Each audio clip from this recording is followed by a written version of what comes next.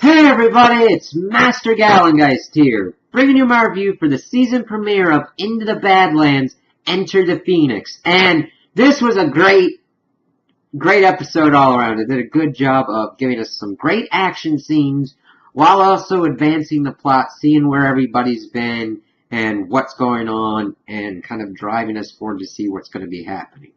So, we see that there's only two baronies left. The Widow and Chow's. And it opens up with this giant battle scene between the two forces. And this is pretty well done, especially with the flag bearer for the Widow's forces. He's just going through, doing some kick-ass maneuvers. But of course, Chow's forces unleash a barrage of arrows that take him out. And we see this person riding toward this kind of lighthouse place. And at first I thought it was like Baji's, but it's not. And she goes up, and this is where Nathaniel Moon is. And she's trying to coerce him to being her new regent. And we see all these swords and everything, and these are the people that have been attempting to challenge Moon since they heard of the loss of his hand and everything. And he's like, yeah, it's just giving me a lot of practice with my life. I'm like, damn. And he goes, listen, I'm not going to be your regent or anything. If I can kill Sonny, or he can kill me, that's the only thing that's going on. And she's like, well, I'm leaving this place with you alive. And it just starts a great fight scene between them, and just shows the prowess of both of them as fighters, especially with Moon, since he now has this kind of claw kind of apparatus for his right hand. And it's really cool because Moon is more of the kind of, he's the bigger fighter and everything, so he has more power behind his swings. But Minerva really shows her versatility with her agility and all the different kind of ways that she can go. So they're doing their kind of fight thing, and she's able to get her one blade into two blades, and they start fighting along the side of the lighthouse kind of thing as they get up top, and they're just going at it. It's just, this is why I watch this series. It's just so cool. So we get into a position where Moon's about to fall off, and she grabs him, and they pretty much got themselves in a stalemate. And Moon's like, well, I can kill you. Well, I can kill you here. She's like, yeah, you can kill us both, or you can join forces with me, and I'll help you get Sonny. And he's like, alright, that works for me. I went, ooh. That's a powerful ally for the Widow to have. So we're like, okay, we'll have to see how this kind of goes. So let's see here.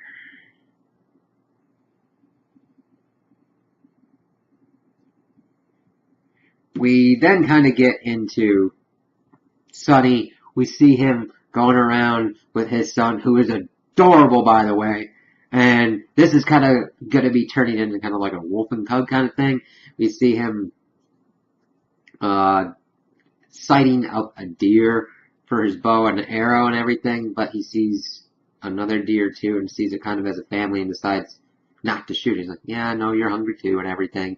Kind of walks on, see him taking care of his kid and like apologizing for him not having a mother and everything, and just all that kind of cool stuff. And he gets to a point where he's just reading to his kid the Jungle Book and everything, which was really kind of cool because evidently that was the book that Vale had used to teach Sonny how to read. And he's like, yeah, okay. And just puts him down to sleep. And he kind of starts hearing some stuff going on, and he's been drinking a lot. It's like, wow, okay. He doesn't seem in the best kind of state since Vale's been dead. And he wakes up and he sees that Henry is screaming and just really hot and everything. Oh God. And then of course we see people outside, and we see this great fight scene with Sonny where he is just, people are coming for him and his kid. And he might have showed deference to the animals. He does not show any deference to these people. He just frickin' starts taking them out. People are trying to stab in through their RV, and he frickin' he pretty much has it so that the dude stabs another dude, and gets him to fall and pretty much bashes one in with a pot. Yeah, he's deadly as shit. Then he takes the one dude and tries to figure out what he was doing, and he had locked Henry in this crib kind of thing, and then uses it to frickin' kill him. It's like, oh god, that was almost kind of kill of the week kind of thing.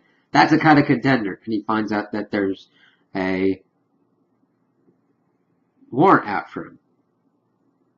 So he then goes to someone to try and get some medicine for Henry. And of course they're going, listen, I haven't seen this before. There's a refugee camp about half a day to the east. And he's going, well, I'm wanted. She's like, I don't know what else to tell you. Takes her kid and goes out. The father was trying to get him out because he's like, we don't know if this is contagious. So Sonny then confronts him, being like, you told him about me, didn't you? Like, yeah, I had to for my kids. He's like, listen, the only reason you're still alive is because I want your kids to have a father. Then he leaves with Henry and makes his way to the refugee camp. Before he converges with some of the other stories that we've seen, we saw this group hit a caravan for the widow. And this was a great fight scene. We see Tilda and Odessa being badass. And just like taking out some people. Tilda eventually gets into one of the places we see that Baji's there. Yes, he's not dead! Baji's a good character because he's got depth to him. He wants to help his friend, but he also has learned to look out for himself as well. And sometimes those two things conflict. And you know, oh, hello, and then Tilda's got to like keep fighting. Her one that could have been the kill of the week is when she killed this dude with her feet. I'm like, damn, yeah. But of course, Baji helps out, and they get crashed up and everything. They go, hey, yeah, I haven't seen Sonny in 6 months or anything. What's going on with MK and all that? That, of course, leads us to seeing MK locked up at the Widow's. And he's evidently been getting on with some women, and he's taken to smoking opium or whatnot. All that. So, he's not in the best place. Widow comes in to try and get him to see reason. If it's attempting to get him to get his gift back and everything, but of course she's telling him to comply and all that. Using the sword, he's like, hey, all this dagger kind of things, and hey, maybe you haven't cut deep enough yet. And MK's just lost. Because Sonny didn't come from him, but of course, Sonny has been dealing with a loss of his own. So hopefully we see them hook up. That's the last that we see of MK, but he's in an interesting spot. I hope we can get him out and kind of see him get pretty cool. And we'd also seen a scene of the widow trying to console the mother of the standard bearer that died in the beginning of the episode. She's like, it doesn't matter. My baby's dead. As she cries on the widow's shoulder. It's like, wow. We see, of course, Nathaniel Moon kind of getting into his own, like, getting used to what's going on around the widow's place. Asking her, oh, I thought you were supposed to tear down these walls. This is wreck my people. Once I control everything, they'll be down and all that. Okay. We'd also seen that Lydia controls the refugee camp and is trying to help people. We kind of get her talking with this other person about, well, your father thought about the duty to the gods, and she's like, well, the gods help those that help themselves, because we then see Tilda roll in. Her group's evidently called the Iron Rabbits, and it says, hey, we got some stuff from the widow, but we also got this dude. It's like, okay, prisoner. Well, you guys are going to have to leave because we don't want to get caught up by the widow. And that's kind of smart. Of course, Baji's, I wouldn't trust a former baroness. And Tilda's kind of off-put as well. They're like, oh, okay, fine. So Baji kind of like, don't worry, I'll be off. And he just goes, I'll be off by morning, and just goes around the refugee camp. This, of course, is when everything kind of comes together.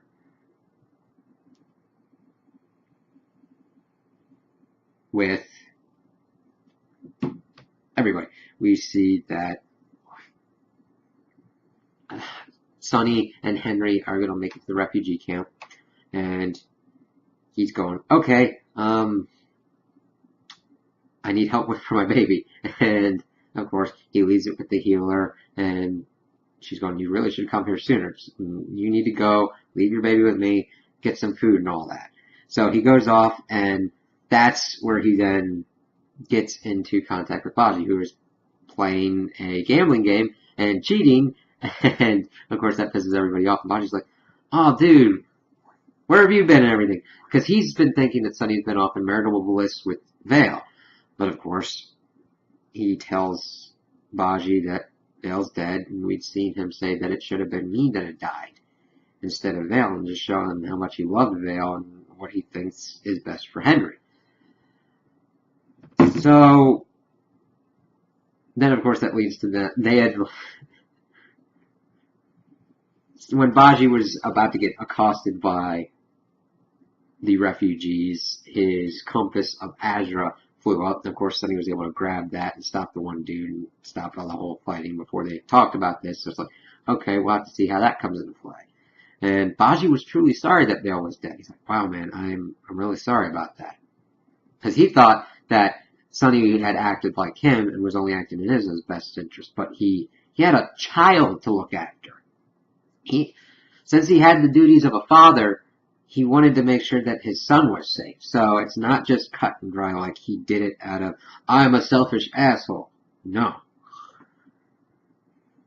So of course Liddy comes to explain, like, what are you doing? You're cheating the refugees and everything out of their money, you stupid asshole. But when that, right as she's about to kind of go in there, she sees Sunny and everything, and oh, but while this was going on, the healer was trying to draw blood from Henry and freaks out.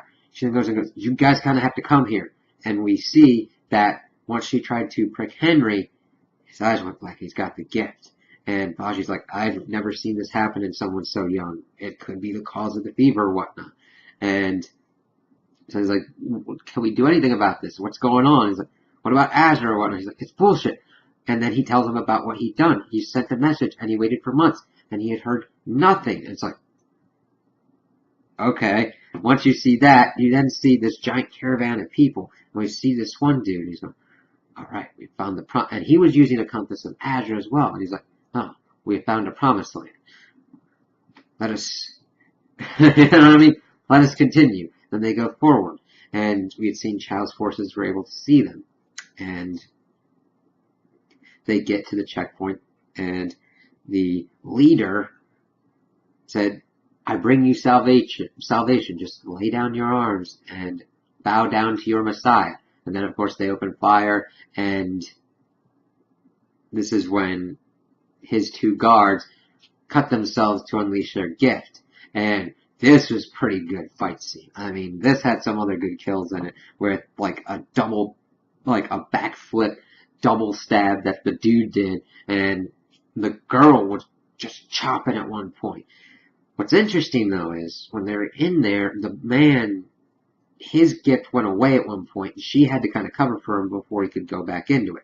So that's going to be interesting to see what other kind of limitations will be put on the gift going forward and seeing what can happen with that. Because this is a second group that we have seen use the gift. The other ones being the abbots and them being able to control it without harming themselves. So we'll have to see how that works out. But of course, they take down everyone except one, and the pilgrim tells the dude to spread the message of what happened here. And that we're coming. So we've got a third group that's going to be entering this raid for control of the Badlands. And like, yes! We're going to see a lot of cool fighting. We're going to see a lot of Sunny doing cool stuff. We're going to have to see how this is going to work out, because a good strength of this show is balancing character development with action scenes. And I'm intrigued to see what's going to be happening, because they've added in an interesting development of MK being under the widow's thumb and now potentially being addicted to opium and everything, and what that's going to entail and how he's going to have to go through that. What's going to happen with Henry? Will Sunny learn about and regain his gift potentially, because Vale was a cog. The only way to get this gift could have potentially been through Sunny, since he had the Azra compass and everything. Now granted, he hasn't shown it, but we'll have to see what goes on with that. He could potentially be a force to, I mean, he is a force to be reckoned with, but with that on top of it, holy crap. But we could get to a point where that might be needed, because if the widow gets her power back, could be the only thing because they're two very deadly fighters. So I liked how this season set up with a war going on. We're getting a third party entering in the fray, and everybody just trying to figure out what's going to be going on and get on their respective missions, with Sonny trying to heal his son and figure out what's going on. Baji being like, I'm probably going to have to be part of this, and then seeing where the Pilgrim's going to shake up all this. So those are my opinions on the episode. Tell me what you guys think in the comments below. If you liked it, if you didn't like it, if you agree with me, if you disagree with me. Also like and subscribe, and I hope you have a good day.